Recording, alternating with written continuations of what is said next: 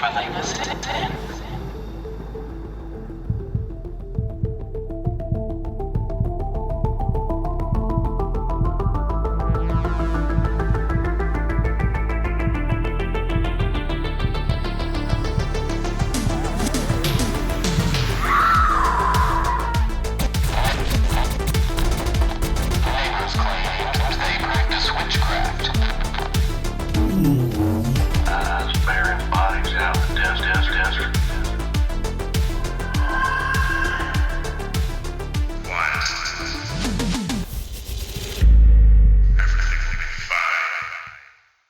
Hello, ladies and gentlemen. Welcome back to the Haunted Heart Podcast. We are here, and I'm looking at Katie's feed right now. Yep. On this desk. Yep. We were just talking about how great it would be if she started her own foot fetish Insta. I'm thinking about it. You know, I mean, I've been in a lot of different places in my life, and at the current place that I'm in right now, I'm really thinking about just starting up a foot fetish Insta. I don't really have anything to lose. I guess I could join OnlyFans. It would be fun because they couldn't track my feet back to me. And, you know, why not? I was going to say that. That's the one thing that you'd be able to do. I mean, it's just, you know, it would be very incognito. I've heard that there are OnlyFans where people just like step in different things. Like they step in different substances. Absolutely. With different types of heels on. I've seen it. Wait, don't ask me how I know that. Oh, I don't want to ruin my heels, though. I was thinking the people I was talking about, I think, are barefoot. I've never actually seen it. I have heard of it on the internet. I've seen I've seen the people that they have the heels on and they step on different things, crunchy things, slippery things. What's really funny is when they step on it and then they slip. Oh, that's funny. When they step on like banana peels and different things like that. Absolutely. I don't want to do that, though. Fuck that. Fuck that clown shit. You could make a killing. I think you probably could. I don't know. I'm thinking about it. I should go find that DM I got on Instagram all those years ago about being a foot fetish model. You're gonna be like, how much will you pay me? I'm gonna see you on like footlife.com or some bullshit like that. Why not, man? I don't even know if that's an actual website, but it sounds like it would be. It's fine. I'm dead inside. Want to pay you to see my feet? That's really the speed that I'm running in life right about now. Absolutely. I have a heating pad on my stomach because my body's rejecting food. So there's that. Yeah. Just to sort of set the pace for today, guys. But Absolutely. It's all right. You know, we weren't here last week. You probably noticed. Did they? Maybe they did. I don't know if they maybe did or some if of they them didn't. did. But in case you did notice, we're both kind of going through some shit. But that's okay because in life, you go through shit.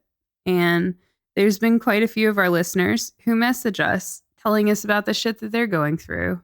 And we were like, we are going through some shit, but there are people who listen to us. I don't know why, but they do.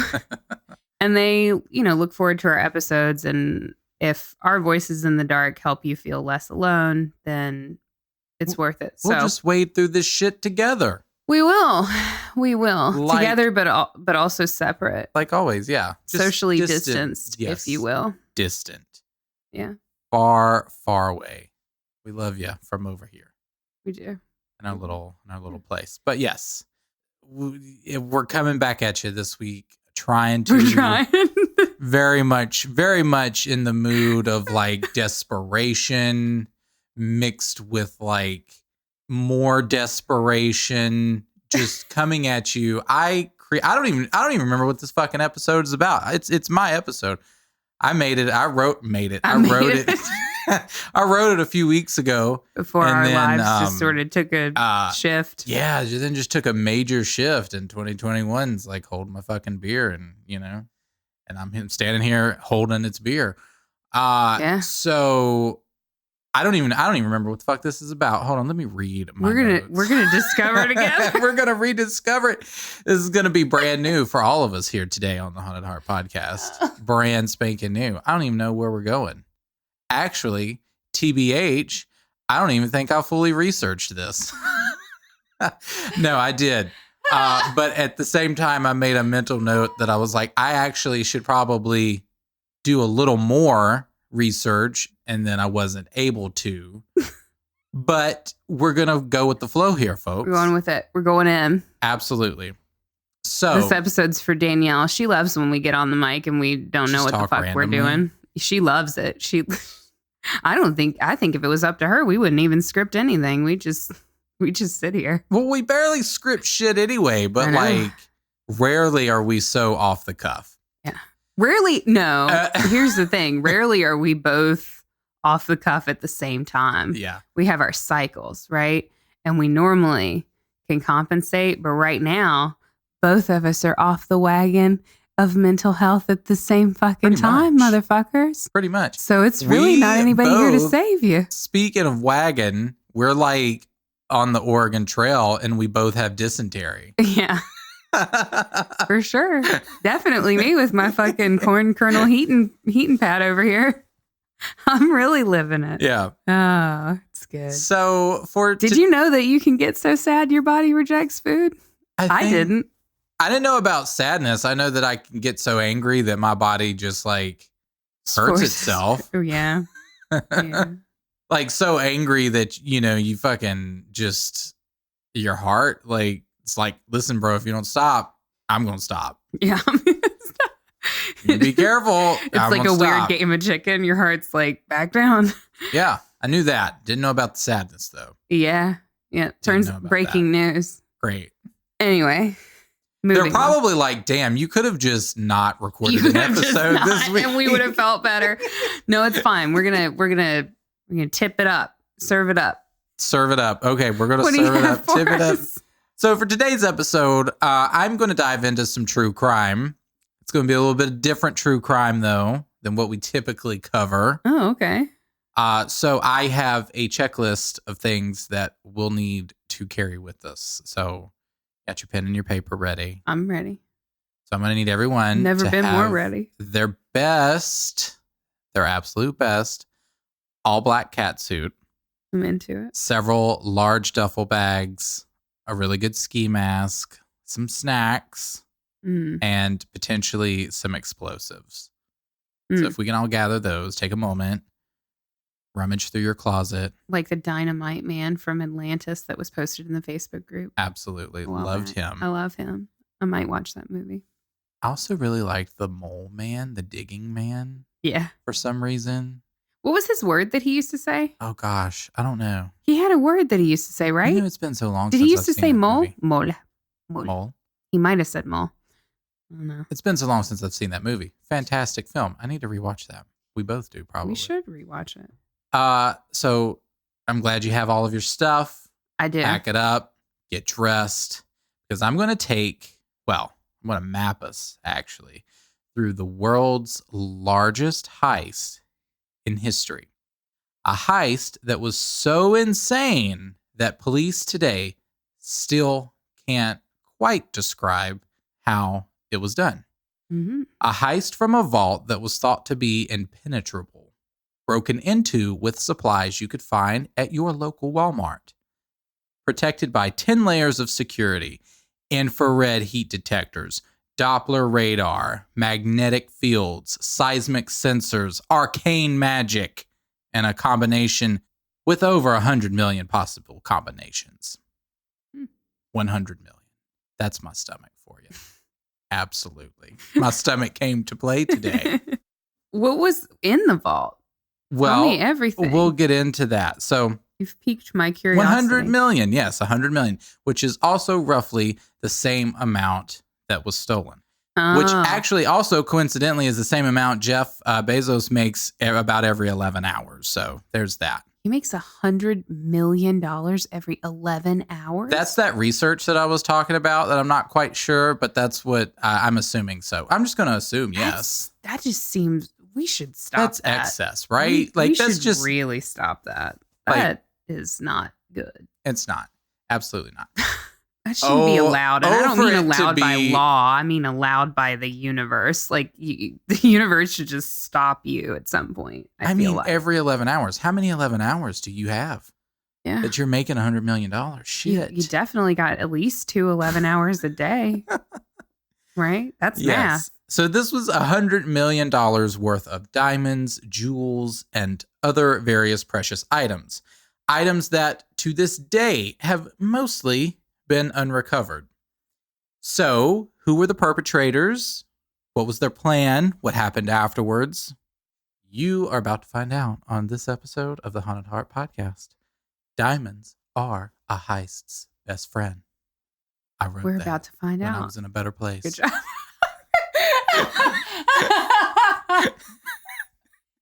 It was good. I appreciate it. Okay, are you ready? Yeah. All right, so it was February 16th, 2003. Oh, I also have to thank Wired for this article that I'm about to quite literally read from. So Thanks, there's that. Wired. Thanks, Wired. Cool. So February 16th, 2003, a clear frozen Sunday evening in Belgium. We have this guy. His name's Leonardo. Leonardo Notarbartolo. Mm. So our guy, he took the E19 motorway out of Antwerp. In the passenger seat, a man known as Speedy fidgeted nervously, damp with sweat. You know a guy named Speedy is a sweater. Absolutely. You know he's a sweaty one. Leonardo punched it, and his rented car sped south toward Brussels. They hadn't slept in 2 days. Relatable. Yes. Speedy scanned the traffic behind them in the side view mirror and maintained a tense silence. Notarbartolo had worked with him for 30 years. They were childhood buddies. But he knew that his friend had a habit of coming apart at the end of a job. The others on the team hadn't wanted Speedy. They didn't want Speedy in. They were like, no. They were like, they didn't want him on this one. They said he was a liability. I mean, you get to getting itchy and like sweaty and doing that. People tend to doubt your composure, you know? Mm-hmm. Leonardo could see their point, but out of loyalty, he defended his friend. Speedy could handle it, he said. And he had. They had executed the plan perfectly. No alarms, no police, no problems. The heist wouldn't be discovered until guards checked the vault on Monday morning. The rest of the team was already driving back to Italy with the gems. They'd rendezvous outside Milan to divvy it all up. There was no reason to worry. Leonardo and Speedy just had to burn the incriminating evidence sitting in a garbage bag in the back seat. Leonardo pulled off the highway and turned onto a dirt road that led into a dense thicket. The spot wasn't visible from the highway, though the headlights of passing cars fractured through the trees. Leonardo told Speedy to stay put and got out to scout the area. He passed a rusty, dilapidated gate that looked like it hadn't been touched since the Second World War. It was hard to see in the dark, but the spot seemed abandoned. He decided to burn the stuff near a shed behind a small pond and head back to the car. When he got there, he couldn't believe what he was seeing. Speedy had lost it. Of course. Why did he fucking trust him? Damn it. Never trust a guy named Speedy. Never trust a guy who's fucking sweating bullets. Like he's... Listen, if you're that nervous, maybe don't pull off one of the world's largest heists in history. Yeah, maybe just don't opt in. Like maybe that's not for you. You know how you had to take like those quizzes in high school that told you like what job you would be good at and what not? Like I don't think that his would have said bank heist guy. Right. I don't think so either. And honestly, he doesn't seem to have the constitution for it. Honestly, if you're not coming at me with that like Rihanna and Sandra Bullock Ocean's 8 energy, I don't want it. Yeah, you gotta be exceptionally calm. Absolutely. So the contents of the garbage bag was strewn amongst the trees. Speedy was stomping through the mud, hurling paper into the underbrush. Oh my God. Spools of videotape clung to the branches like streamers on a Christmas tree. Yes. This guy lost it. He lost his fucking mind. This guy is us level. Relatable. Off of the wagon. He is not doing well. All right. Israeli and Indian currency. It's kind of impressive, though. Don't you think? Like, I'm sure they were mad, but I also think that there was probably just like a tiny, teeny, tiny part of Leonardo that was like a little impressed. I would be. I'd be like, wow, what a colossal fuck up, you know? Well, if I was him, I would think that I would just be glad that nobody else saw it, like in the group, because nobody else wanted him. So they were all like, you know, whatever. And I'm like, at least you're fucking doing this for me. Do you think he knew in that moment that he fucked up? Do you think he was like... In this moment, he knew he fucked up. Yeah. I think so. I think that's what happened. Yep. I would just stand back and just watch all of this and be like, yep, this is not a great idea. I'm fucked up, dude. DJ Khaled, you played yourself. You played yourself. Congratulations, you played yourself. Yep. So you've got all this currency, which is skittered past a half-eaten salami sandwich. At that, pay attention to that. That comes into play later. The salami sandwich. Of course, it does. Is this a real story, or is this like a Coen Brothers film? No, this is a real story. It seems like it might just be a Coen Brothers film. Nope, this is a real story. Why have they not made a movie about this? The mud around the car was flecked with dozens of tiny, glittering diamonds. It would take hours to gather everything up and burn it. Speedy said, I think someone's coming, as he looked panicked around. Speedy's lost it. Speedy's done. So Leonardo glared at him. Yeah, I bet he did. The forest was quiet, except for the occasional sound of a car or truck on the highway, and I'm guessing Speedy's fucking mental breakdown. Yeah. It was even possible to hear the faint gurgling of a small stream. Speedy, that's just Speedy pissing himself. Maybe. Speedy was breathing it's just fast him sweating and into the darkness. Absolutely. His breathing was fast and shallow. The man was clearly in the midst of a full-blown panic attack. Get back in the car, Leonardo ordered. I love this relationship. Yeah. Get back in the car. Back in the car. They were leaving. Nobody would ever find the stuff here. So his plan was to just Well, they were supposed to burn leave it? They were supposed to burn it. I think they did burn it. They did burn it. The sandwich comes into play. So they get back in the car. The job was done. So that's it for them for right now. Patrick Pease and Ajam de Brucker. Strange names. Just gonna call him Patrick and Ajam. Oh, you didn't grow up with an Ajam? Ajam? No, I did not.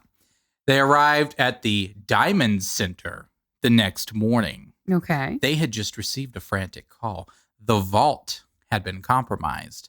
The subterranean chamber was supposed to be one of the most secure safes in the world.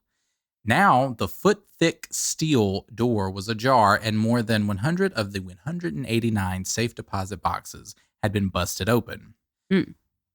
Patrick and Ajam were stunned. The floor was strewn with wads of cash in velvet-lined boxes.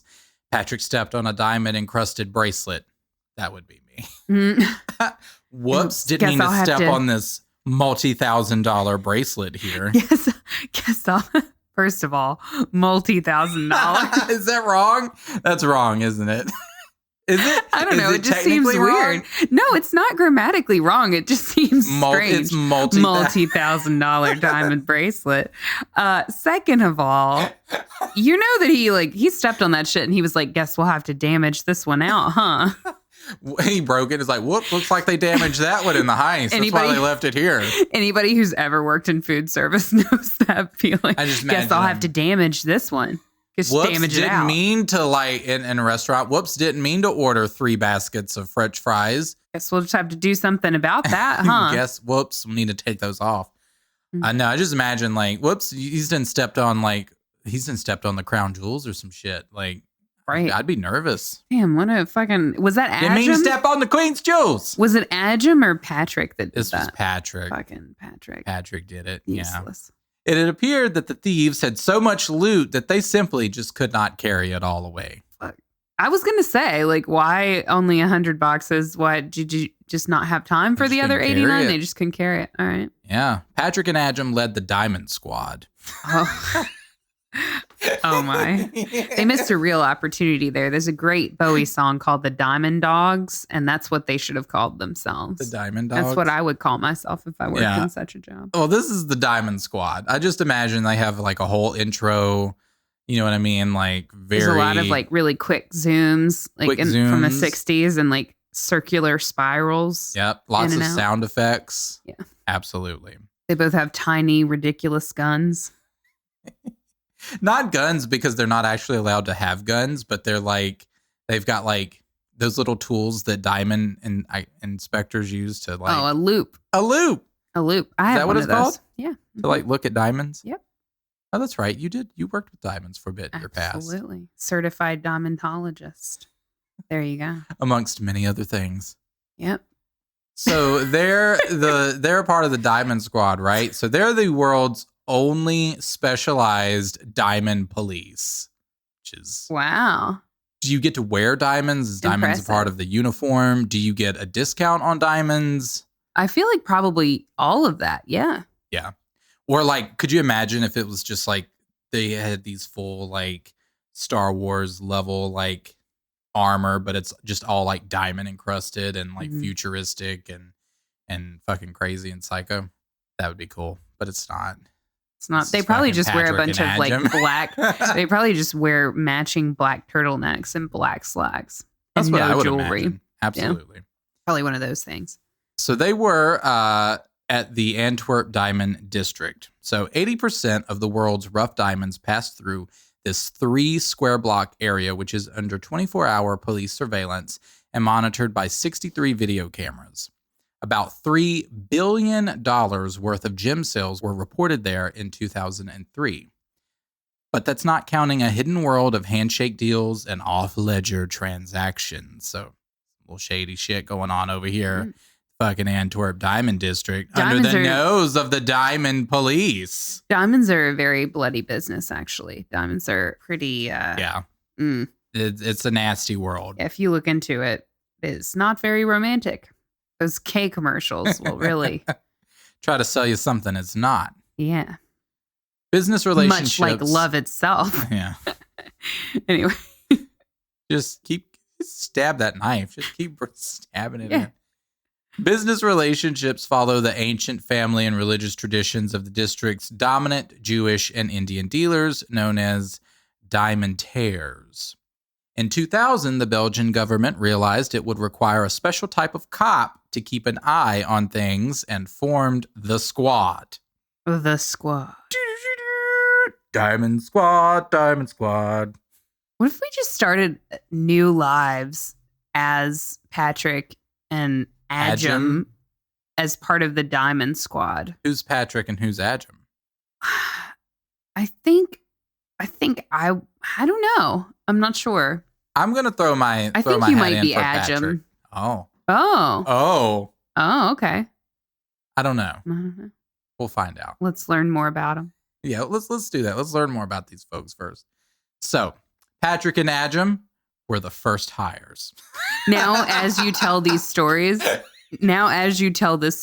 I am imagining us, though. I want you to know for the rest of the episode, we are cast as Patrick and Ajum. Patrick and Ajum.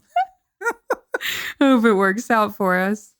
So Ajum called headquarters asking for a nationwide alert. Please note, like I said, they were the first ever diamond police. They had no rule books to follow. No, they wrote nothing the rule like book. that. Absolutely. They were true the rule heroes book. of the diamond police industry. I think by the end of this episode, we might have to go to Antwerp and start new lives. So he called headquarters, probably asking like, hey, what the fuck? Hey. I would be like, you imagine if this is like your first week on the job and then as the fucking diamond police and you're thinking this is just some sort of like piece of cake gig, right? Yeah. Like, and then all of a sudden you just find yourself thrown into the world's largest diamond heist in history. And you were at the center of it as the diamond police. Huh. As the guy who stepped on the multi-$1,000 bracelet. Yeah. Shit. He stepped on the queen's jewels. I don't know what queen, but someone's. If it's a drag queen, then you don't have to worry about it. Cheap. AliExpress all the way. Just replace it. Shit, that's what I do. I just like find some really cheap knockoff and then just put it back and just feel like, I don't know what happened. So they called headquarters asking for a nationwide alert. The Antwerp Diamond Center had been brazenly robbed. Then he dialed SecureLink, the vault's alarm company. What is the status of the alarm? He asked. Fully functional, the operator said, checking the signals coming in from the Diamond Center. The vault is secure. Ajum. Then how is it that the door is wide open and I'm standing inside the vault? Damn it. Like I was like, there has to be a problem. The poor operator on the other end's like, Let me get my manager. I just want to say, though, if we did have a sponsorship from Simply Safe, it would be a great time to plug an ad for them. Simply Safe. But no free promo. No freebies. No free promo. But it would be a great episode for a Simply Safe plug. I would put it right there, too. Yeah. So Adams, he's a little irritated. He's like, okay, so tell me what's up. Why am I standing in the vault then? Good? Why am I standing in the vault? Just sort of glancing at the devastation all around him. He hung up and looked at Patrick. They were up against a rare breed of criminal. Cut scene to fucking Speedy having a mental breakdown over a salami sandwich. Fucking losing it. Just losing it. An absolute rare breed of criminal. A thoroughbred of criminals, you could say. Yeah. So let's go back a little bit. His only weakness is Jimmy John's. Jimmy John's. I don't really like Jimmy John's all that. I don't either. Well. Their bread is underrated. I like an artisan bread. Their bread is far too processed. Bread's hard for me. Yeah. I don't really like a lot of it super toasted. I like, I don't like that feeling of like bread cutting the roof of my mouth. Oh, yeah. You don't like it to be too tough. Yeah. Like the bread that they have at Cheesecake Factory. They serve, it's like super just like hard and tough. And I'm like, Yeah. But a good restaurant like the Outback and their pumpernickel loaves. Nice and fresh soft. Out of the oven. I tell you what, when I used to work there, that's all I used to eat. Oh, yeah. Fucking pumpernickel loaves. And that's all I ate. It's a bread and water diet. Butter. Whenever I'd get whenever I had a full Speedy meltdown at work, it's just me in the back, just like scooping large chunks of butter with pumpernickel bread and shoving my face in it. I remember during like the throes of like probably the worst of my obesity, I would eat those pumpernickel loaves and the Outback mac and cheese also while you worked there, which is probably why we were fucking around with that. But yeah, I would eat the Outback mac and cheese and the pumpernickel loaves. And then if I was feeling a little spicy, I'd get a side of garlic mashed potatoes. It's a wonder that I even like have any intestines left. It's a wonder that I have ever pooped in my life. Don't you also like the didn't you used to order like the clam chowder or some soup? Yeah. Didn't you used to get the clam chowder? Yeah. Yep. Sometimes, occasionally. Yep. I would swap the clam chowder and the potatoes, I think. Yeah. Sometimes. Well, there you go. Yeah. Man, those days are gone. No, look at a piece of bread and it's like, you've gained 18 pounds. Absolutely. So we're going to take it back in the story. We're at the point now. Patrick and Adam are like super confused. Yeah, they're confused, but they're on the case. Leonardo and Speedy are, dealing with what they're dealing with. And then the rest of our crewmates dealing with the loss of a salami sandwich. Over there, yeah. So we're going to take it back about 18 months. Okay. 18 months earlier, in the summer of 2001, Leonardo sipped an espresso at a cafe on some street that I can't pronounce in Antwerp. Got it. The Diamond District's Main Street, that's what it is. Okay. So we're going to call it Main Street. That's what we're going to do. Okay. It was a cramped, narrow place with a half dozen small tables, but from the corner by the window, Leonardo could look out on the epicenter of the world's diamond trade. During business hours, Hasidic men wearing broad-brimmed hats hurried past with satchels locked to their wrists. Armored cars idled tensely while burly couriers with handguns wheeled away small black suitcases. There were people in bright blue suits, merchants wearing loops. There you go. Okay. Wearing loops around their necks. And people with reading glasses pushed up on their mottled heads. I don't know what mottled means. Speckled. Maybe they were like old liver spots? Maybe. I'm not really sure. Billions of dollars in diamonds pass by the cafe's window. During the day, they travel from office to office in briefcases, coat pockets, and off-the-shelf rollies. At night, all those gems are locked up in safes and underground vaults. It's one of the densest concentrations of wealth in the world. Huh. It's also a thief's paradise. In 2000, Leonardo rented a small office in the Diamond Center, one of the area's largest buildings. He presented himself as a gem importer based in Italy and scheduled meetings with numerous dealers. He bought small stones, paid cash, dressed well, and cheerfully mangled the French language. Mm. The dealers probably never knew that they had just welcomed one of the world's best jewel thieves into their circle. Mm-hmm. By his own account, Leonardo had pulled off dozens of major robberies by 2000. It wasn't just about the money anymore. He stole because he was born to be a thief. We're getting a little much here, Leo. It's like, it's such a vibe. Like, I mean, yeah. This, not why gonna is this lie, not a like, movie? I kind of want to sleep with him. I haven't seen what he looks like, so I don't know about very that. Suave. But the vibe I'm getting, I think there's probably a really thick mustache involved, but you We'll can find continue. I'll look into you do it. that. He still remembers every detail of his first robbery. It was 1958. He was 6. His mother had sent him out for milk, and he came back with 5,000 lira, which was about $8. The milkman had been asleep, and young Leo rifled through his drawers. His mother beat him, but it didn't matter. He had found his calling. He's like, yeah, know what I'm going to do for the rest of my life. In elementary school, he filched money from his teachers. As a teenager, he stole cars and learned to pick locks. In his 20s, he devoted himself to the study of people, tracking jewelry salesmen around Italy for weeks just to understand their habits. In his 30s, he began to assemble teams of thieves, each with their own specialty. He knew lockpicking experts, alarm aces, safe crackers, guys who could tunnel under anything, and a man who could scale the sleek exteriors of office buildings. This sounds like an absolute movie. Yeah. I'm into it. I want to know, do these people like this really exist? I mean, apparently this is a real case. Each job brought a different mix of thieves into play. I love it's like playing a game where you just like build your crew. Yeah. I'm into it. Except we'd have to customize them, get them cool outfits and like Hell do yeah. all of that. Yeah. If it were me. Buy all the expansion packs.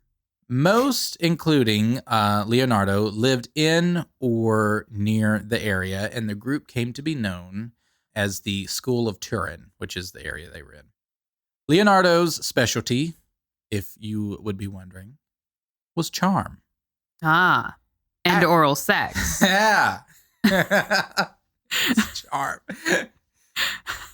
That's the part of when they have their intro and then like everyone gets their own titles and it's like safe cracker, you know, Leonardo, the charmer. And he just comes up from between a pair of legs to look at the camera. Yes. So, acting the part of the jolly jeweler, he was invited into offices, workshops, and even vault rooms to inspect merchandise. He would buy a few stones and then a week or a month later, steal the target's entire stock in the middle of the night. Mm-hmm. Antwerp provided a wealth of opportunity and a good place to fence hot property. A diamond necklace stolen in Italy could be dismantled and its individual gems sold for cash in Antwerp. He came to town about twice a month, stayed a few days at a small apartment near the Diamond District, then drove home to his wife and kids in the foothills of the Alps. What a twist. What a twist. You wanted a twist. He comes home from this fucking diamond heist to the wife and kids. Damn. Okay. Foothills of the Alps, no less. Okay. When he had stolen goods to sell, he dealt with only a few trusted buyers, as one should. Now, as he finished his espresso, one of them, a Jewish dealer, came in and sat down to chat. Actually, I want to talk to you about something a little unusual, the dealer said casually. Maybe we could walk a little. Oh, uh-huh. They headed out, and once they were clear of the district, the dealer picked up the conversation. His tone had changed, however. The casualness was gone.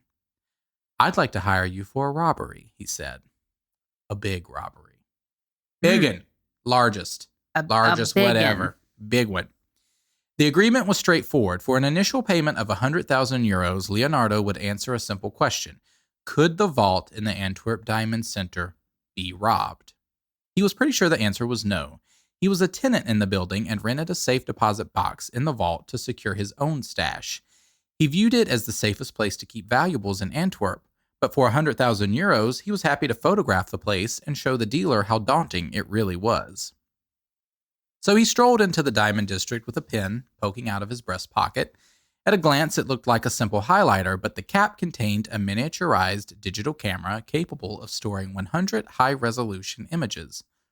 Now, photography is strictly limited in the district, but nobody noticed his little pen cam. Uh-huh.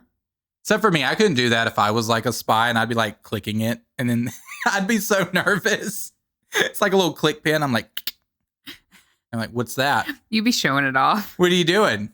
What You do you making got direct there? eye contact. Is that a Bic? I don't know. What you got? What is that? I don't know that brand. Sharpie?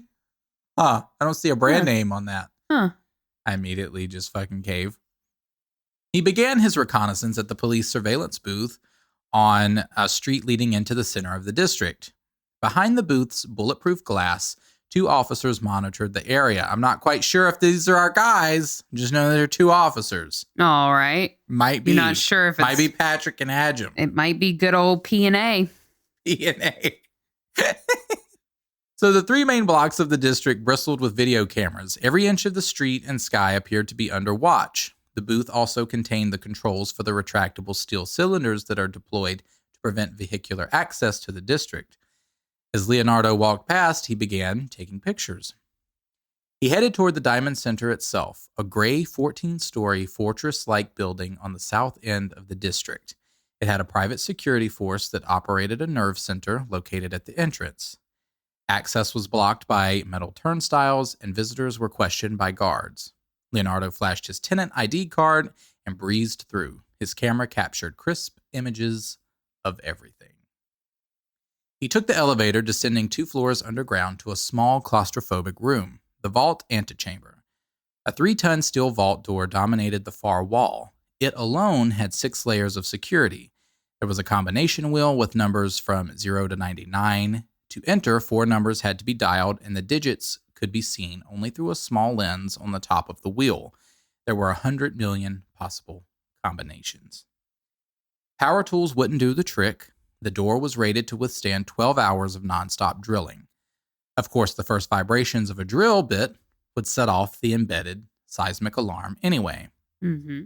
The door was monitored by a pair of metal plates, one on the door itself and one on the wall just to the right.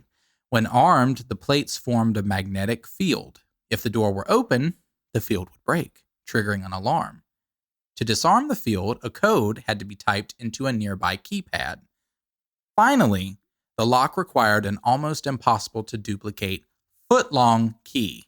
A foot long. I feel like if I worked here, I would set the alarm off like every day. I feel like I would fuck it up on the daily. Whoops, didn't mean, yeah. Mm-hmm. I used to do that at work all the time with the like random fire emergency exit because like it was our way out. And so like if you used your manager key to open it to get out, but if you used it the like wrong way, it would. I did that all the time. Yep. So during business hours, the door was actually left open, leaving only a steel grate to prevent access. But Leonardo had no intention of muscling his way in when people were around and then shooting his way out. Any break-in would have to be done at night, after the guards had locked down the vault, emptied the building, and shuttered the entrances with steel roll gates. During those quiet midnight hours, nobody patrolled the interior. The guards trusted their technological defenses. Huh. Call the police, but not for me. Nota Bertolo, Leonardo, such a long name, our guy Leo, pressed a buzzer on the steel grate. A guard upstairs glanced at the video feed, recognized him, and remotely unlocked the steel grate. Leo stepped inside the vault. It was silent. He was surrounded by thick concrete walls. The place was outfitted with motion, heat, and light detectors. A security camera transmitted his movements to the guard station, and the feed was recorded on videotape. The safe deposit boxes themselves were made of steel and copper and required a key and combination to open. Each box had about 17,576 possible combinations. Leo went through the motions of opening and closing his box and then walked out. The vault was one of the hardest targets he'd ever seen. It took 5 months for the diamond dealer to call back after Leo told him the heist was impossible. He had even given him the photographs to prove it. Leo thought that would be the end of it, but now the dealer wanted to meet at an address outside Antwerp. When Leo arrived, the dealer was waiting for him in front of an abandoned warehouse. "I want to introduce you to some people," he said, unlocking the battered front door. Huh? Nah. Inside, a massive structure was covered with black plastic tarps. The dealer pulled back a corner and they ducked underneath. No, we're not doing this. I've seen too many movies. We're not. So at first, Leo was confused. He seemed to be standing in the vault antechamber. To his left, he saw the vault door. He was inside an exact replica of the Diamond Center's vault level. Now, how much money did it cost to build that? Probably $100 million. I feel like it would have cost... Interesting. Yeah. I just feel like you could have bought the diamonds at that point. Pretty much. So everything was the same. As far as Leo could tell, the dealer had reconstructed it based on the photographs he had provided. Leo felt like he had stepped into a movie with us. Yeah. As well. We're with you, Leo. Us too. So inside the fake vault, 3 Italians were having a quiet conversation. Of course they were. Of course. For the first time fucking ever in the history of Italy. Okay. They stopped talking when they saw the dealer and Leo. The dealer introduced them, though Leo refuses to reveal their names, referring to them only by nicknames. The genius specialized in alarm systems. According to the dealer, he could disable any kind of alarm. But can he disable this? No. Sorry. I had to go over there. You can disable this? Leo asked, pointing at the replica vault. I can disable most of it, the genius said with a smile. You're going to have to do 1 or 2 things yourself, though. The tall, muscular man was the monster. I like him. Sounds Lady like Michael Gaga's Myers, thing if about you ask him. me. Tall, muscular? Okay. He was called that because he was monstrously good at everything he did. What the fuck? What kind of fucking edgelord shit is that, though? He was an expert lock picker, electrician, mechanic, and driver, and had great physical strength. Everybody was a little scared of him, which was another reason for the nickname.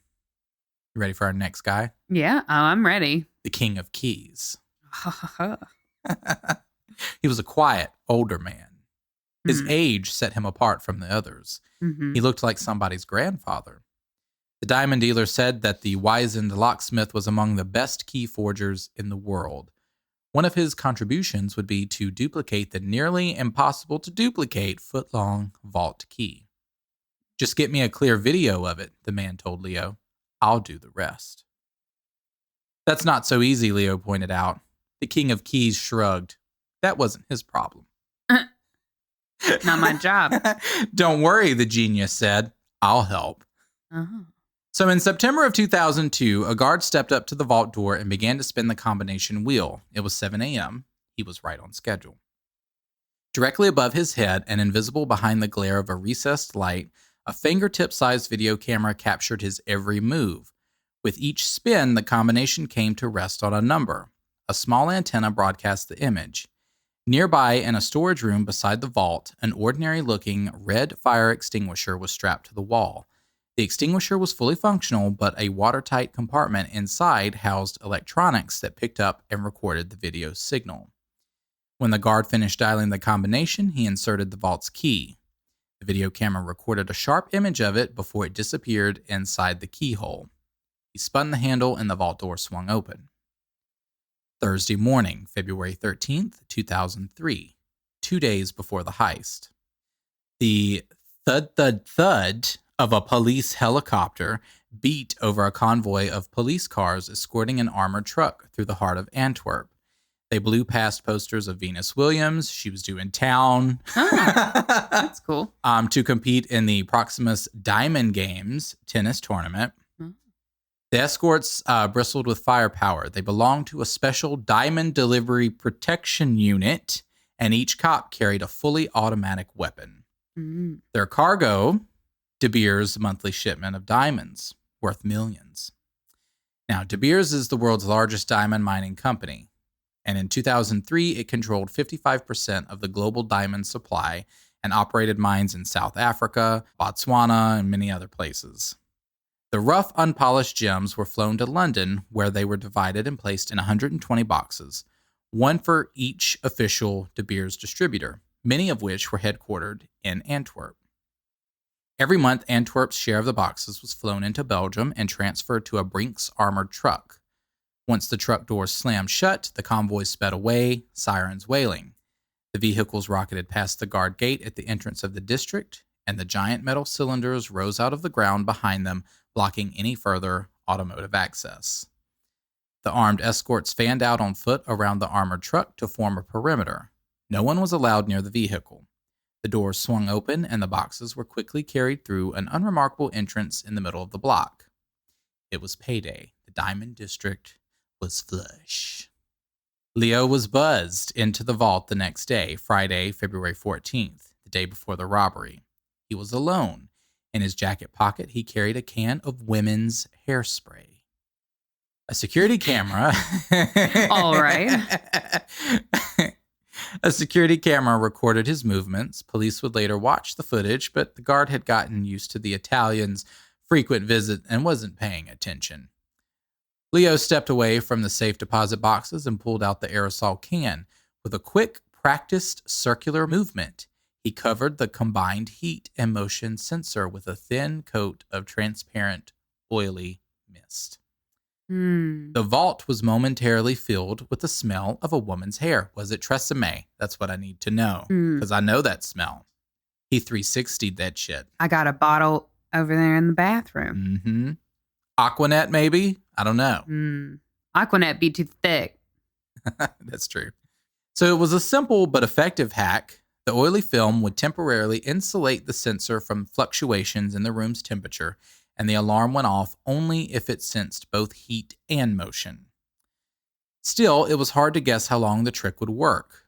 Once the monster was in the vault, he had to install the sensor bypass before his body heat penetrated the film. He might have 5 minutes, he might have less. Nobody knew for sure. So, across town, apparently Venus Williams did really well. Oh, so there's that. So across town from that, while she was doing that, we got our diamond heist going on over here. The Diamond District was deserted. Leo drove his rented gray car past the city's soot-covered central train station and turned onto a road that skirted the district. He pulled to the curb, and the monster, the genius, the king of keys, and don't forget our friend Speedy. And fucking Speedy. And Speedy. And fucking Speedy. Stepped out carrying large duffel bags. The king of keys picked the lock on a rundown office building, as the king of keys should. Of course. And they disappeared through the door. It was a little past midnight. The genius led them out the rear of the building into a private garden that abutted the back of the Diamond Center. It was one of the few places in the district that wasn't under video surveillance. Using a ladder he had previously hidden there, the genius climbed up to a small terrace on the second floor. A heat-sensing infrared detector monitored the terrace, but he approached it slowly from behind a large, homemade polyester shield. The low thermal conductivity of the polyester blocked his body heat from reaching the sensor. He placed the shield directly in front of the detector, preventing it from sensing anything. The balcony was now safe. While the rest of the team scrambled up, the genius disabled an alarm sensor on one of the balcony's windows. One by one, the thieves climbed through the window, dropped into a stairwell, and descended to the darkened vault antechamber. They covered the security cameras with black plastic bags and flipped on the lights. The vault door stood imposingly before them. The building was quiet. No alarms had been triggered. The police never determined how the men had entered the building. The genius pulled a custom-made slab of rigid aluminum out of his bag and affixed heavy-duty double-sided tape to one side. He stuck it on the two plates that regulated the magnetic field on the right side of the vault door and unscrewed their bolts. The magnetic plates were now loose, but the sticky aluminum held them together, allowing the genius to pivot them out of the way and tape them to the antechamber wall. The plates were still side by side and active. The magnetic field never wavered, but they no longer monitored the door. Some 30 hours later, the authorities would marvel at that ingenuity. It was clever. Yeah. Pretty clever. So next, the King of Keys played out a hunch. Oh, is this something that you do at this point? I'm just going to play out a hunch. I think Hey, it'll guys, work. guess what? I know we've planned this for like a really long time. And there's lots of details and shit that's went in, but I got a hunch about something. Let's just do call it. an audible. Let's just, Let's just wing it. Let's See. just play it by ear. You say that like we wouldn't wing the entire thing. Yeah, absolutely. In Leo's videos, the guard usually visited a utility room just before opening the vault. When the thieves searched the room, they found a major security lapse. The original vault key was hanging inside. What? They had just left the key? Apparently, there was like a little, like I said, like a little closet or something off to the side. And so they didn't know what it was that the security guard was doing when he would go into the closet. So that's why our guy was like, I got a hunch about something. Let's look in here and see what's probably in this fucking closet. And then he opens the door and it's just there. And he's that's what I you don't get even with have the to King do of anything. Keys. You hired the best. That key called him. It called to him from that room. He was like, I hear the keys. It's like that song in Frozen 2 where she's like, I can hear you. I guess it is if I had any sort of experience with Frozen 2. My husband loves it. So he's really into it. And it's a whole song where she's like, I can hear you. She hears like the voice of, I don't know, fucking snow. Schizophrenia? I think it might be schizophrenia. Maybe. But our guy here knows what the fuck he's doing. So when the thieves searched the room, they found the key. The King of Keys grabbed the original. There was no point in letting the safe manufacturers know that their precious key could be copied. And the police still don't know that a duplicate was made. Do they? Because this is in an article right now. I don't know. I think they might have Maybe a they tip. have a clue now? Maybe. I don't know. They might have a tip. The King of Keys slotted the original in the keyhole and waited while the genius dialed in the combination they had gleaned from the video. A moment later, the genius nodded. The monster turned off the lights. They didn't want to trigger the light detector in the vault when the door opened. In the darkness, the King of Keys turned the key and spun a four-pronged handle. The bolts that secured the door retracted and it swung heavily open. Speedy. Oh, God. Now it's time for him to showcase We never his quite fucking discussed talents. what Speedy's talents Yeah, were. what's his job? Sweating? I would imagine he would have been a driver. At least I would think. But I thought the monster was like really good at driving. He was a good driver, but I would imagine Speedy would be the driver. I mean, shit, if you got a name like Speedy.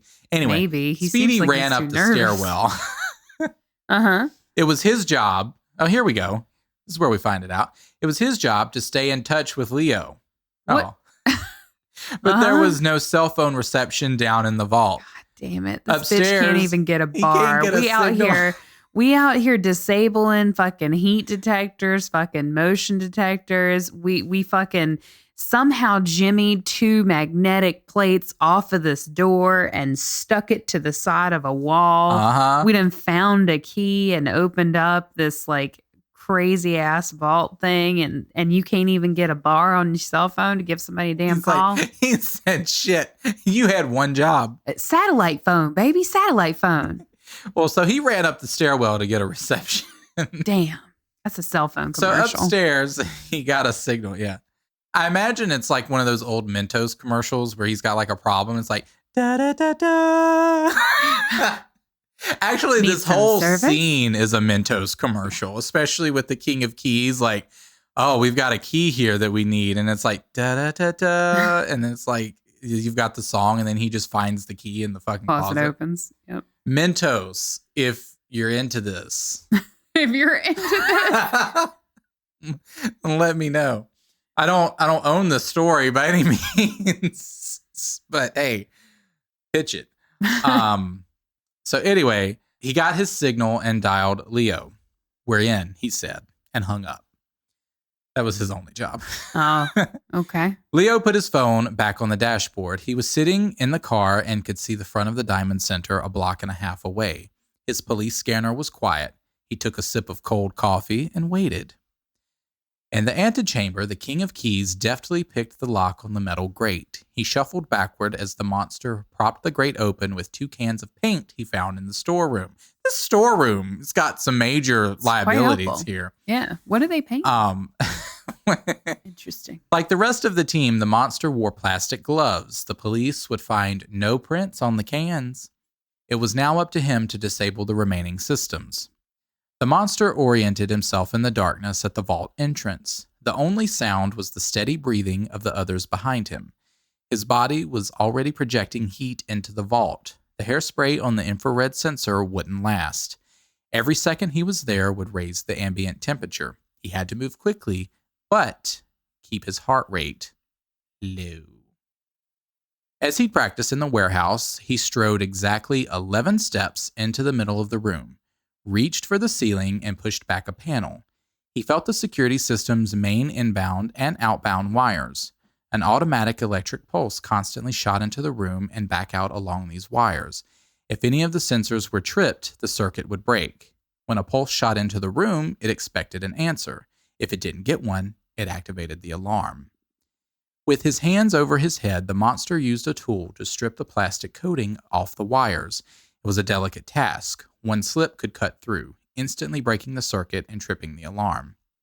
The police would later discover stripped wires in the ceiling and guessed that the thieves considered cutting them only to lose their nerve. But Leo says that the monster knew exactly what he was doing. Once the copper wires were exposed, he clipped a new pre-cut piece of wire between the inbound and outbound cables. This bridge rerouted the incoming electric pulse over to the outbound wire before the signal reached the sensors. It no longer mattered what happened further down the line. The sensors were out of the loop, and it was now safe for the others to enter. Still, the men were cautious. They blinded the heat and motion detector with a styrofoam box, covered the light detector with tape, and then set to work. The King of Keys unloaded a homemade, hand-cranked drill and fitted it with a thin shaft of metal. He jammed the shaft into one of the locks and cranked for about 3 minutes until the lock broke, snapping open the box. The guys took turns yanking the contents out. Since they had memorized the layout of the vault and the replica, they worked in the dark, turning on their flashlights only for split seconds, enough to position the drill over the next box. But in those muffled flashes, they could glimpse their duffel bags overflowing with gold bars, millions in Israeli, Swiss, American, European, and British currencies, and leather satchels that contained the mother lode, rough and polished diamonds. They resisted the urge to examine their haul. They were running out of time. By 5:30 a.m., they had opened 109 boxes. A tamped-down giddiness pervaded the dark vault, but they had to stop. The streets would fill with people soon, and they needed to transfer their bags into Leo's car. Speedy relayed the message to him. They were coming out. I'm coming out. That's what I imagine happening. That's what I would play. Like, hold on, let me get my earbuds in. Let me play this for a moment. It took almost an hour for the team to haul the bags up the stairs, pass by the infrared sensor, lower the loot down the ladder, and gather in the hallway of the decrepit office building. Leo idled at the curb while on the phone with Speedy. A bus came and went, and then the street was empty. Now, he hissed. In the pre-dawn half-light, the 4 men raced out of the building. They jammed the bags in the car, slammed the doors, and headed off on foot for Leo's apartment. He put the car in gear and slowly pulled away. In half an hour, they were huddled around the bags in the apartment. The monster unzipped one and pulled out a leather satchel. It was time to celebrate. He opened the satchel and looked up, bewildered. It was empty. He took out another. It was also empty. A wave of anxiety swept the room. They unzipped all the other duffel bags and rifled through the satchels. More often than not, there was nothing in them. Something had gone wrong. The diamonds should have been there. We've been set up, Leo said. It was a setup! And another twist. Fuck? So Leo stepped into a scalding hot shower while the others made salami sandwiches in the kitchen. He needed some clarity. I bet he fucking did. The fatigue was weighing on him. In the weeks preceding the heist, he had seen many of the satchels in the offices of the diamantaires, and they were always filled with inventory. He expected the total take to exceed 100 million.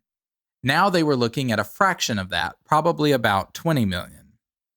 Leo reflected... Oh, well, not even worth having. I mean, really? I mean... It's only about 20 million. Leo reflected on his interactions with the diamond dealer, and a thought flashed through his mind. Maybe the dealer wasn't operating alone. If he tipped off a group of his fellow merchants, they could have pulled their inventory out of the vault before the heist. Each could then claim that their gems were stolen and collect the insurance while secretly keeping their stones. Most had safes in their offices. They could have simply kept the stock there. Leo realized that the heist he had spent so much time planning might have actually been part of an elaborate insurance scheme. Yeah. He shut off the water. A half hour earlier, he was a king. Now, he felt like a pawn. Speedy and Leo were back on the E19, heading out of Antwerp. It was 6 o'clock on Sunday evening. Leo settled in for the 10-hour drive back to Turin. The garbage bag filled with incriminating evidence sat in the back seat. Leo planned to stop in France and burn it, leaving no trace of the crime. But we know Speedy was having his trouble. He was having his moment. His face was ashen and his eyes darted madly at the cars around them. Finally, after only 20 minutes on the road, he snapped. "I can't do the drive," he said. The guy was melting down. Leo told him to take it easy. He'd drop him at the train station in Brussels if that's what he wanted. It might actually be nicer to do the trip without his friend driving him crazy. Maybe. "We can't take the garbage into Brussels," Speedy stammered. The city was crawling with cops. Maybe they would be looking for them. They couldn't run the risk. They had to drop the bag immediately. "Pull off up here," he said abruptly from the passenger seat. "This is a ridiculous time to be having a panic attack." "Just pull off," his friend snapped. Leo took the exit I always and try surveyed. to time my panic attacks whenever it's most convenient to those around me. Not the time. Yeah. Leo took the exit and surveyed the darkened surroundings. "There's a dirt road," Speedy said, peering into a forest. "It'll be perfect." So we've got this guy. His name's August Van Camp. Who comes into play. He likes weasels. Oh, okay. He likes weasels, yeah. How does he like them? He's 59 years old. He's a retired Belgian grocer, and he had 2 weasels. He called them Mickey and Minnie. Okay. And he enjoyed sending them down holes in the forest. Typically, a rabbit came rocketing out the other end. It was a lot of fun for him. It was a lot of fun for him. Yeah. So in 1998, he bought a narrow strip of forest alongside the E19 motorway. It was about a 5-minute drive from his house, and if you ignored the sound of cars hurtling past at 80 miles an hour, it was a pretty 12 acres of trees with a gurgling stream. There was also a lot of holes with rabbits in them. But because it adjoined the highway, Van Camp found a lot of garbage. Who is this fucking dude? he's kind of like a Filch from like Harry Potter, from what I imagine. Everybody in this fucking story is a character from a movie. I know. He just enjoys letting his weasels go chase rabbits and bought this piece of shit land. That he bought this piece of land for that, right? It comes into play. Crazy. So, and he's kind of mad because, you know, he's got to pick up all this garbage, right? So the local teenagers once decided to have a party there and burn down a little hut he'd built. It made him fume with anger. He was fuming. I bet. So when he found garbage, he phoned the police, who had gotten used to his calls. Like, it's surprised they even responded. It's just him. So a typical conversation would go as, you know, he'd let them know that the kids had made a mess on his land again. They're like, "I'm sorry to hear that, Mr. Van Camp." And he's like, "I demand you send someone to investigate." And they're like, "We'll pass along your request." Sure. Van Camp rarely heard back. So while one morning, however, while he was hunting with his weasels, Monday morning, February 17th to be exact, Van Camp was incensed to find yet another pile of junk in the underbrush. "We left this fucking sandwich here." After a flash of pique that made him puff piquet. I don't know what's that. After a flash, a hot flash that made him puff out his cheeks, throw up his arms, and wonder what the world was coming to, he knelt down and glared at the refuse. He wanted to be able to describe to the cops what he had to put up with.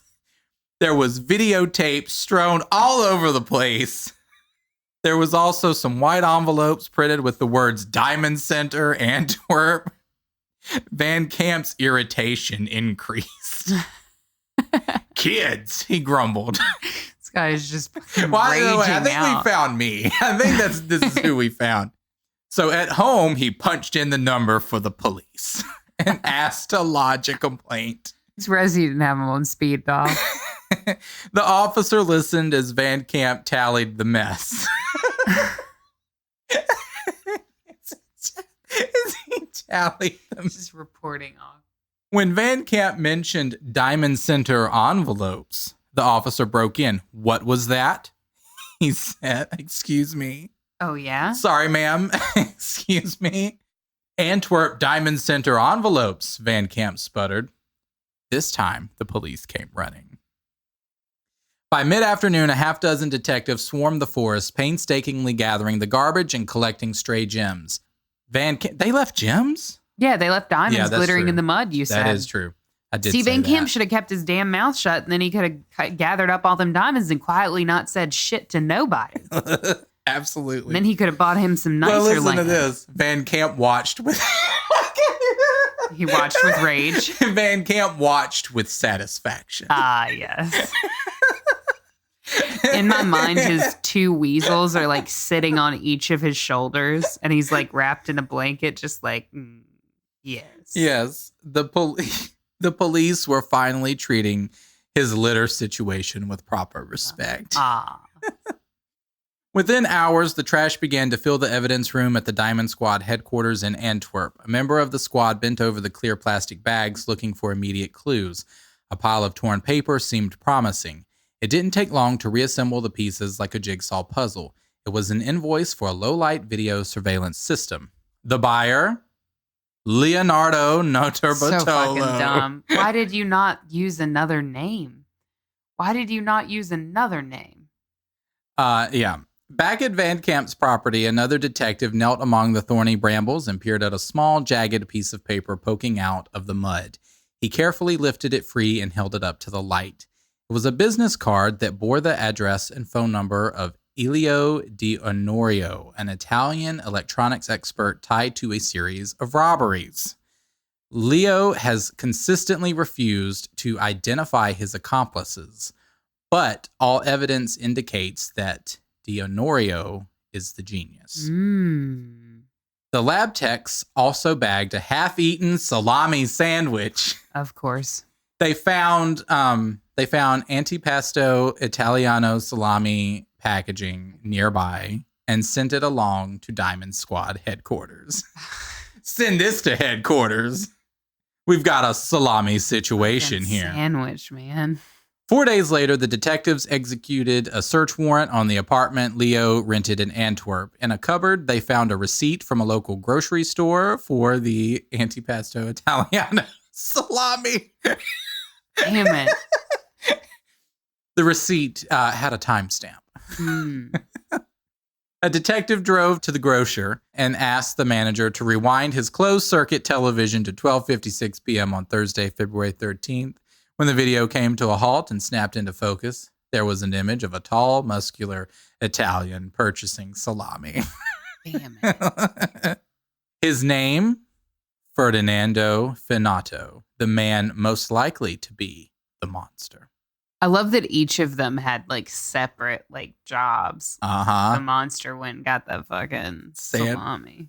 Interesting. Yeah. So on Monday, about 36 hours after the job was completed, the team of thieves reassembled at a bar in Italy, a small town about 50 miles northeast of Milan.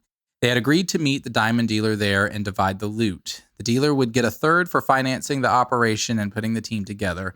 The others would split the rest. They had anticipated a haul in the tens of millions each. Now they were looking at roughly $3 million per man. It was still a lot of money, but they couldn't help feeling they'd been played.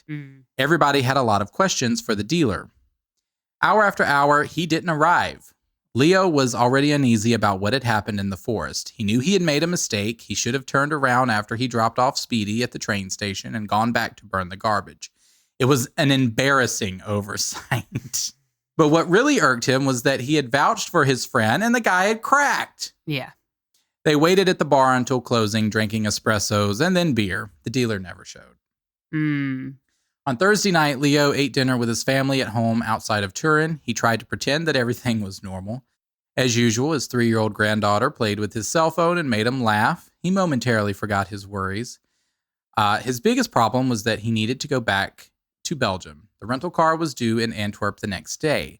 The plan had always been to return it and show his face at the Diamond Center. That way, if the cops were looking for tenants who disappeared, he wouldn't be on the list. It would also give him an opportunity to clean his apartment more thoroughly. He told his family that he'd be leaving early the next morning. His wife decided to come along. She hadn't seen much of him lately. I bet.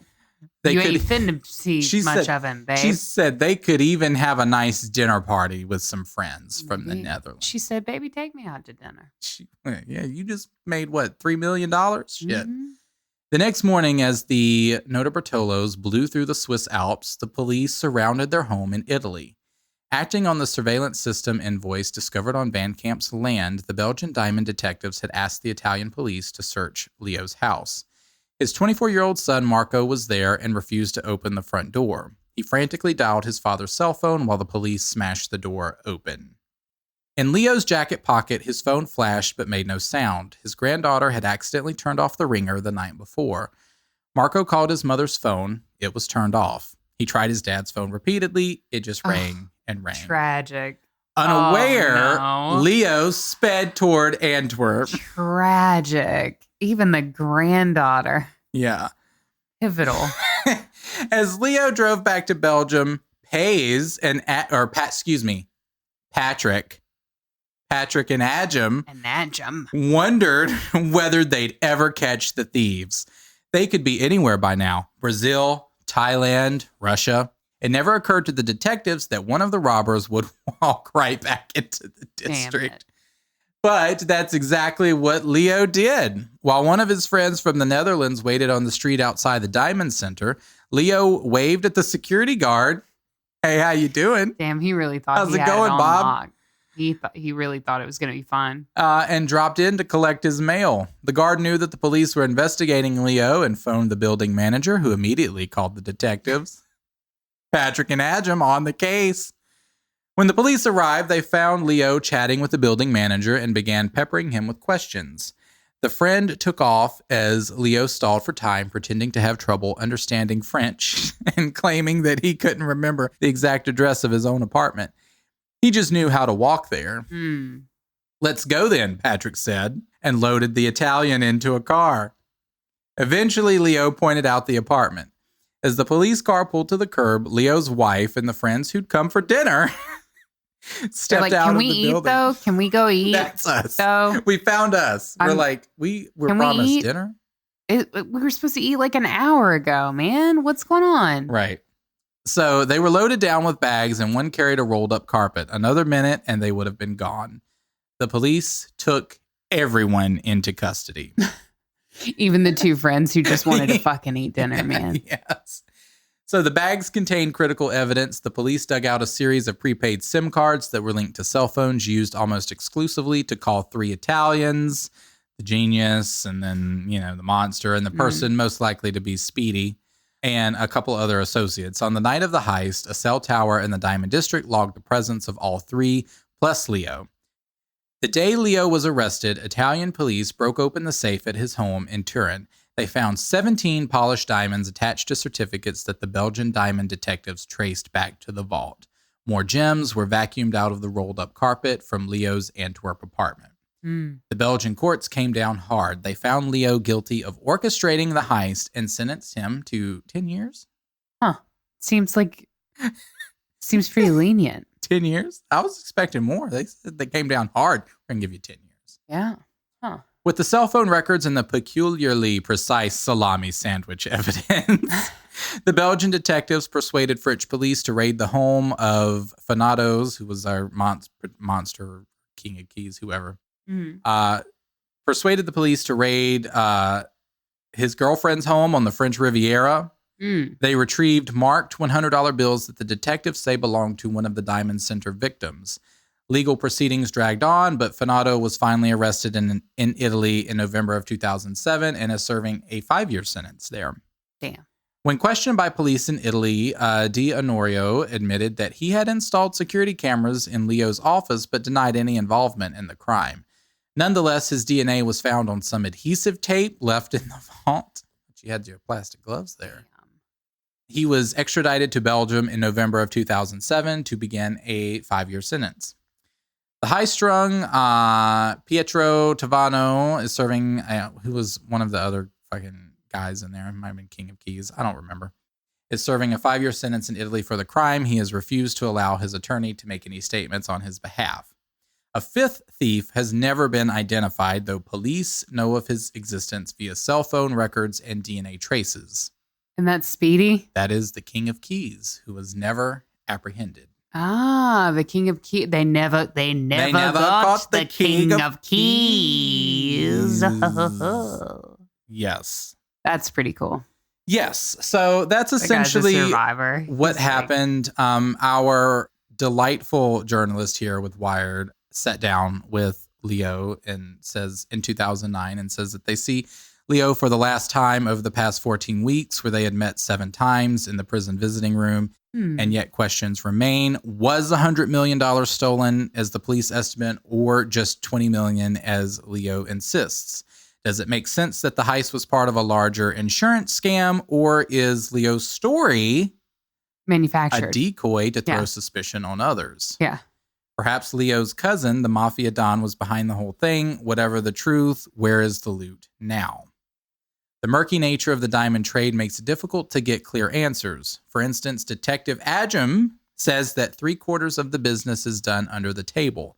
Since there were roughly 25 million in legitimate claims at the time of the heist, he calculated that at least another 75 million in goods was stolen. That brought the total value of the heist to be about 100 million. If Leo's insurance scam theory is correct, it went down like this. The dealers who were in on it removed their goods, both legal and illegal, from the vault before the heist and then filed claims on the legitimate gems. Denise Oliver, the adjuster who investigated the robbery, I love that her name's Denise, calls this the double whammy. These dealers would have gotten the insurance payouts and kept their stock. The 20 million found by the thieves belonged to traders not in on the scam. Or there was no insurance scam. The thieves actually found $100 million in the vault, and Leo has spun a story to cloud the true origins of the heist. Regardless of which theory is correct, there is agreement that the thieves got away with millions that were never recovered. Leo refuses to talk about what happened to the goods, adding that it is something best discussed once he gets out of prison. Oh, I bet. In the meantime, his share may very well be waiting for him, hidden somewhere in the foothills of the Italian Alps. What a story. I know. What a crazy Isn't it? Freaking ride, So it's man. not like our typical story that we do with true crime. We rarely cover like heists and things. and robberies and stuff like that. But it's kind of always been something that's like, I guess it could be cool to do. But TBH, like a lot of those stories like don't interest me. Like old school like robbers and stuff like that. I'm like, eh. Yeah. But this one I was kind of interested in because of the whole like cinematic experience that it offered. Well, yeah, it was just one of those stories where like literally every single detail comes into play. And then you're left with a really interesting ending as to, was it really an insurance scam? And did these guys get ripped off? Or did these guys go in and take exactly what they intended to take, and now they're lying about $80 million just being Nobody missing? knows. It's pretty cool. Nobody knows. Yeah. Who knows? Yeah. Interesting. Very And there's some really cool pictures of like, you know, some of the evidence that was found. I didn't find a picture of the salami sandwich. Damn it. However, that's what I was going to ask about. I didn't find a picture of the salami sandwich, but a lot of the like pictures and stuff that they took on the scene of like the wires and stuff like that, you can find online, and it's really cool. Like you can see the little steel boxes, and you can see the box where the hairspray was used to disable the heat and motion sensor, which is genius, honestly. Mm-hmm. But interesting, I thought. And so I wanted to share it with you all today. And so now that we have made our way with our loot here, I think that we can send us off. We can. Well, I'm not going to do it. I've talked a lot. Yeah, you've talked a lot. I'm gonna leave that up to you. I'm gonna leave that to you, Speedy. Well, let me get sweating here. No, if you guys are interested in hanging out with us for Sad Girl Hours or for whatever, you can find us on Facebook, The Haunted Heart Podcast. We have a page on Facebook as well as a group, a closed group. It's private for your privacy. You can join and your family members will not see your posts unless they are also in the group, in which case they have some explaining to do too. So you're fine. It's mutually assured destruction. It's all good. You can also find us on Instagram at The Haunted Heart Podcast. You can find us on Twitter at The Haunted Heart. And you can always send us an email anytime at thehauntedheartpodcast@gmail.com. You absolutely can. Yeah. Love to see it. Yeah. And I think that's it. If you want to support the show, you can do that too at patreon.com/thehauntedheart. So we love that too.